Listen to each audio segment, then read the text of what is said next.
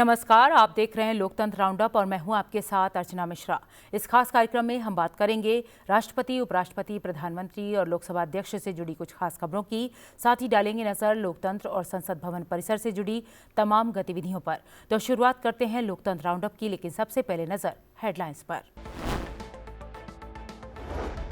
उपराष्ट्रपति का एक दिन का जम्मू कश्मीर का दौरा। कठुआ में बायोटेक स्टार्टअप एक्सपो के उद्घाटन समारोह को किया संबोधित।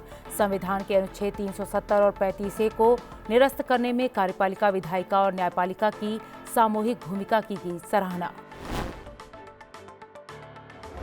प्रधानमंत्री ने लक्षद्वीप के कवरत्ती में कई विकास परियोजनाओं का किया उद्घाटन। संबोधन में कहा कि विकसित भारत के निर्माण में लक्षद्वीप निभाएगा सशक्त भूमिका। सभी सरकारी योजनाओं को हर लाभार्थी तक पहुंचाने का सरकार का प्रयास। संसदीय क्षेत्र की यात्रा के दौरान विकसित भारत संकल्प यात्रा में शामिल हुए लोकसभा अध्यक्ष। संबोधन में कहा कि आज भारत वैश्विक एजेंडा तय करने की भूमिका में सभी से संकल्प से सिद्धि की यात्रा में सहभागी बनने को कहा। लोकसभा अध्यक्ष ने संसदीय क्षेत्र कोटा में संत बालीनाथ जयंती पर बैरवा समाज को किया संबोधित। कहा, बेटियों की शिक्षा को बढ़ावा देने में बैरवा समाज की विशेष भूमिका। संत बालीनाथ के विचारों से प्रेरणा लेने की जरूरत। राजस्थान विधानसभा के अध्यक्ष वासुदेव देवनानी ने राष्ट्रपति, उपराष्ट्रपति से की मुलाकात। नए साल के उपलक्ष्य में हुई बातचीत। विधायी कामकाज पर हुई चर्चा। और अब खबरें विस्तार से। उपराष्ट्रपति जगदीप धनखड़ एक दिन के जम्मू कश्मीर दौरे पर रहे। इस यात्रा के दौरान उपराष्ट्रपति ने कठुआ में emerging startup trends in north India biotech startup expo का उद्घाटन किया। इस मौके पर उपराष्ट्रपति ने 5 मापदंडों या पंचतंत्रों पर विशेष जोर दिया। उन्होंने कहा कि शांति, कानून की समानता, शासन में पारदर्शिता, योग्यता का समर्थन करने वाला पारिस्थितिकी तंत्र और महिलाओं का सशक्तिकरण, ये सभी आज भारत की जमीनी हकीकत है। जैव प्रौद्योगिकी के क्षेत्र में देश की प्रगति की सराहना करते हुए उपराष्ट्रपति ने दुनिया के तीसरे सबसे बड़े स्टार्टअप पारिस्थितिकी तंत्र के रूप में भारत की स्थिति का विशेष तौर पर जिक्र किया। उपराष्ट्रपति जगदीप धनखड़ ने संविधान के अनुच्छेद 370 और 35A को निरस्त करने में कार्यपालिका, विधायिका और न्यायपालिका की सामूहिक भूमिका की सराहना की। साथ ही इन प्रावधानों को लोकतांत्रिक शासन में बाधाएं बताया। Development has been totally de-linked with partisan interest. विकास का राजनीति से इतना लगाव नहीं होना चाहिए कि हम विकास के दुश्मन बन जाएंगे। विकास सभी का है। विकास का फायदा अबाउट पार्टीजन इंटरेस्ट मिलता है। उस विकास में हमें राजनीति कभी नहीं देखनी चाहिए। आज के दिन एक बहुत बड़ी किरण जागी है। दुनिया को विश्वास हुआ है, दुनिया की संस्थाओं को विश्वास हुआ है कि भारत निश्चित रूप से उस रास्ते पर चल पड़ा है कि 2047 में जब भारत आजादी के 100 साल मनाएगा तो भारत दुनिया की पराकाष्ठा पर होगा, विश्व का नंबर 1 देश होगा। और वो तभी है कि हम हमारी पुरानी भारतीयता को समझ गए। बढ़ते आगे। लोकसभा अध्यक्ष ओम बिरला अपने संसदीय क्षेत्र कोटा में अभिभाषक परिषद की नवनिर्वाचित कार्यकारिणी के शपथ ग्रहण समारोह में शामिल हुए। उन्होंने वकीलों से आग्रह किया कि वे न्यायिक अधिकारियों से बेहतर समन्वय बनाकर एक ऐसी व्यवस्था स्थापित करने का प्रयास करें जिसमें कि सभी के लिए न्याय प्राप्त करना सरल, सहज, सुलभ और सस्ता हो। तर्क करना आपका काम है। आपका पक्ष का वकील आए तो आप अपने पक्ष में तर्क करोगे, दूसरे पक्ष तर्क फिर करोगे। एक व्यवस्था है, लेकिन उस व्यवस्था के बाद भी हम कहीं न कहीं ये प्रयास करते रहे कि जल्दी न्याय कैसे मिल सकता है। इसके लिए भी बार को प्रयास करने की आवश्यकता है। और मेरा मानना है हमारी कोशिश होना चाहिए कि कोटा बार के अंदर हमारी पेंडेंसी सबसे कम हो। हमारे पुराने मुकदमों को किस तरह से हम जल्दी निस्तारण कर सकते हैं, ये भी हमारे प्रयास होने चाहिए। लोकसभा अध्यक्ष ओम बिरला ने 4 जनवरी को अपने संसदीय क्षेत्र की यात्रा के दौरान बूंदी के नौताड़ में विकसित भारत संकल्प यात्रा शिविर में शिरकत की। उन्होंने ग्रामीणों से आह्वान किया कि वे केंद्र और राज्य सरकार की विभिन्न योजनाओं का लाभ लेकर आत्मनिर्भर बने। ऐसा होने पर ही हम 2047 तक विकसित भारत के निर्माण के संकल्प की सिद्धि कर पाएंगे। इससे पहले 30 दिसंबर को भी लोकसभा अध्यक्ष ओम बिरला ने बूंदी जिले के केशव राय पाटन विधानसभा क्षेत्र में विकसित भारत संकल्प यात्रा में शिरकत की। कार्यक्रम को संबोधित करते हुए लोकसभा अध्यक्ष ने कहा कि भारत जिस तेज गति से आगे बढ़ रहा है, दुनिया के कई देश अचंभित हैं। वर्तमान में भारत वैश्विक एजेंडा तय करने की भूमिका में है। लोकसभा अध्यक्ष ने सभी से आह्वान किया कि प्रधानमंत्री नरेंद्र मोदी ने 2047 तक विकसित भारत का जो लक्ष्य रखा है, उस संकल्प की सिद्धि में हम सभी को पूरी निष्ठा के साथ सहभागी बनना होगा। लोकसभा अध्यक्ष ओम बिरला ने अपने संसदीय क्षेत्र की यात्रा के दौरान बूंदी जिले के केशव राय पाटन विधानसभा क्षेत्र के एक गांव में विकसित भारत संकल्प यात्रा में शिरकत की। कार्यक्रम को संबोधित करते हुए लोकसभा अध्यक्ष ने कहा कि एक समय था जब विकसित देश दुनिया का एजेंडा तय करते थे, लेकिन आज भारत अपने सामर्थ्य के बल पर उस मुकाम पर है जहां वैश्विक एजेंडा तय कर रहा है और इस बात को दुनिया के कई देश मान रहे हैं। भारत के प्रधानमंत्री माननीय नरेंद्र मोदी जी ने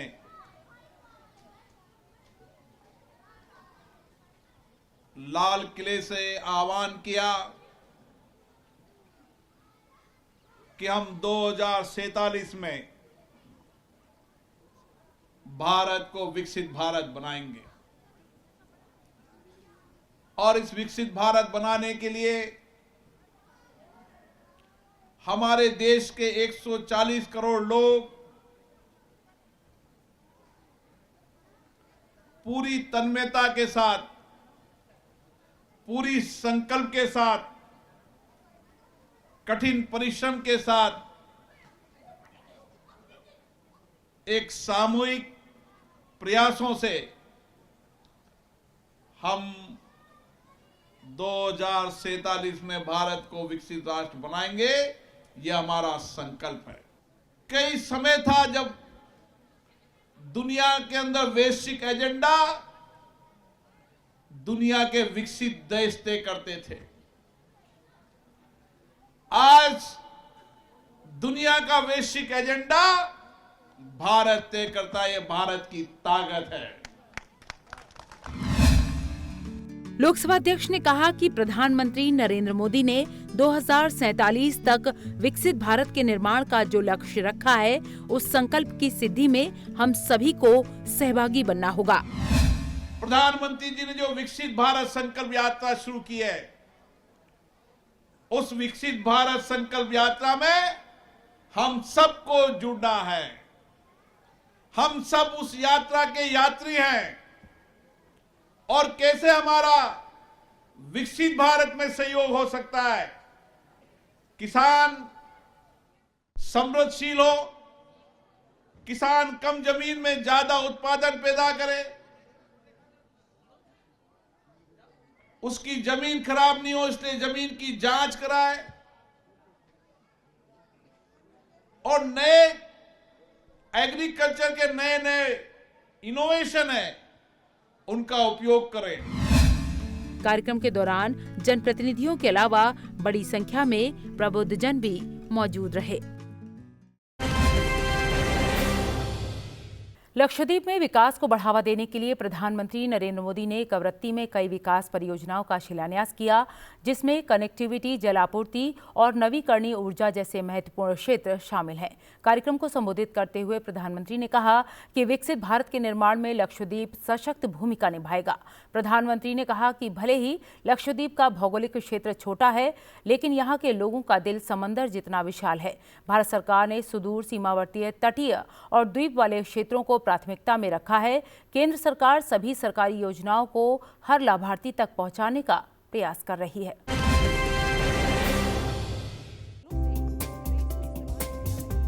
प्रधानमंत्री नरेंद्र मोदी ने लक्षद्वीप में 1150 करोड़ रुपए से ज्यादा की विकास परियोजनाओं का लोकार्पण किया। ये विकास परियोजनाएं प्रौद्योगिकी, ऊर्जा, जल संसाधन, स्वास्थ्य देखभाल और शिक्षा सहित कई क्षेत्रों को कवर करती हैं। कार्यक्रम को संबोधित करते हुए प्रधानमंत्री ने कहा कि लक्षद्वीप का सौंदर्य शब्दों से परे है। प्रधानमंत्री ने कहा कि बीते 10 सालों में लक्षद्वीप के लोगों की ईज ऑफ लिविंग बढ़ाने के लिए केंद्र सरकार ने कोई कोर कसर नहीं छोड़ी।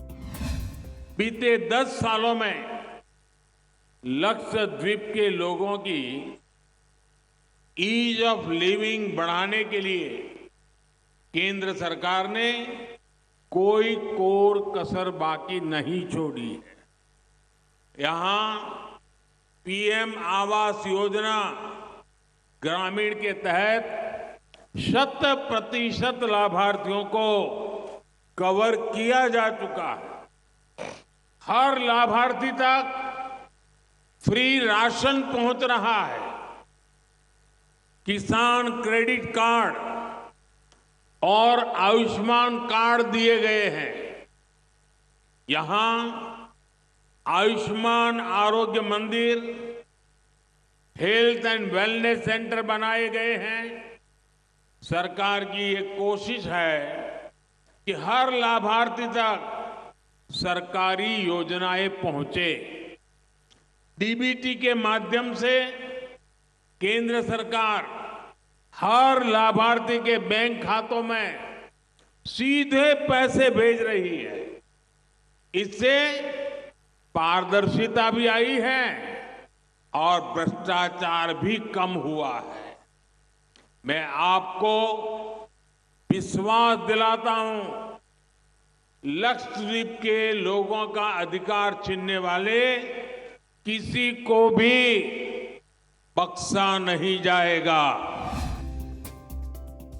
प्रधानमंत्री ने लक्षद्वीप के लोगों को आश्वासन दिया कि केंद्र सरकार उनके जीवन को आसान बनाएगी, यात्रा में आसानी और व्यापार करने में आसानी सुनिश्चित करने के लिए हर संभव प्रयास करेगी और जरूरी कदम उठाती रहेगी। प्रधानमंत्री ने कहा कि लक्षद्वीप विकसित भारत के निर्माण में एक मजबूत भूमिका निभाएगा। आजादी के अमृत काल में विकसित भारत के निर्माण में भी लक्षद्वीप की बहुत बड़ी भूमिका है। भारत सरकार लक्षद्वीप को इंटरनेशनल टूरिज्म मैप पर प्रमुखता से लाने का प्रयास कर रही है। हाल में ही जो G20 की एक मीटिंग यहां हुई है, उससे लक्षद्वीप को अंतर्राष्ट्रीय पहचान मिली है। स्वदेश दर्शन योजना के तहत लक्षद्वीप के लिए डेस्टिनेशन स्पेसिफिक मास्टर प्लान बनाया जा रहा है। अब तो लक्षद्वीप के पास 2 ब्लू फ्लैग बीचेज हैं।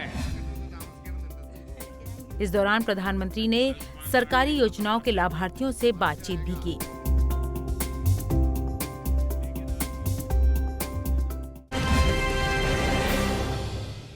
बढ़ते आगे, लोकसभा अध्यक्ष ओम बिरला अपने संसदीय क्षेत्र की यात्रा के दौरान कोटा में संत बालीनाथ की जयंती के अवसर पर बैरवा दिवस कार्यक्रम में शामिल हुए।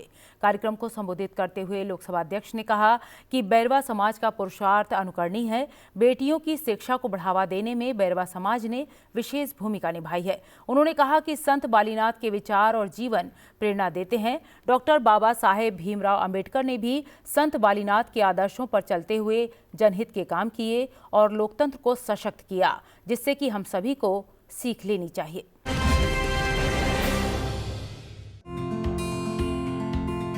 लोकसभा अध्यक्ष ओम बिरला ने अपने संसदीय क्षेत्र कोटा में संत बालीनाथ जयंती के अवसर पर आयोजित बैरवा दिवस कार्यक्रम को संबोधित किया। कार्यक्रम को संबोधित करते हुए लोकसभा अध्यक्ष ने कहा कि बैरवा समाज ने बेटियों में शिक्षा को बढ़ावा देने के लिए काम किया। लोकसभा अध्यक्ष ने कहा कि संत बालीनाथ के नाम पर छात्रावास का निर्माण किया जाए, जिससे कि दूर दराज गांव से आकर बेटियां वहां पढ़ सकें। इसके लिए सभी को सहयोग करना होगा। महर्षि बालीनाथ जी के जीवन दर्शन, उनके विचार हम सबको नई प्रेरणा देते हैं। महर्षि बालीनाथ जी ने अपने सारे जीवन तप तपस्या से संपूर्ण समाज को एक दिशा दी। समाज के अंतिम व्यक्ति के आध्यात्मिक ज्ञान से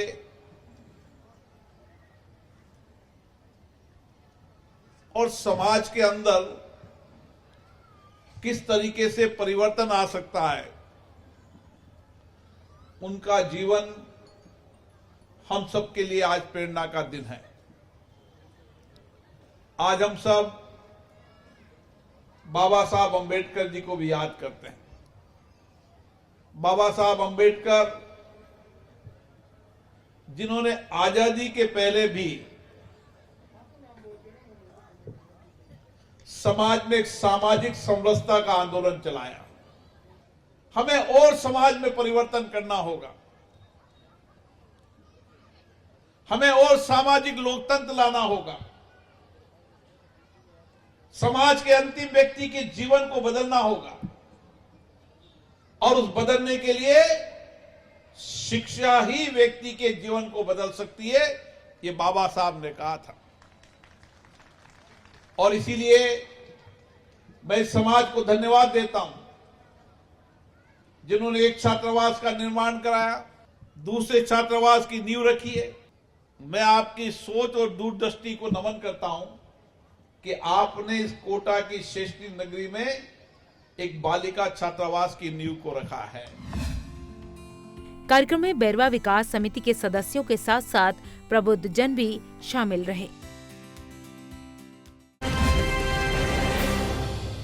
राजस्थान विधानसभा के अध्यक्ष ने नए साल के आगाज के साथ राष्ट्रपति द्रौपदी मुर्मू, उपराष्ट्रपति जगदीप धनखड़ से मुलाकात की।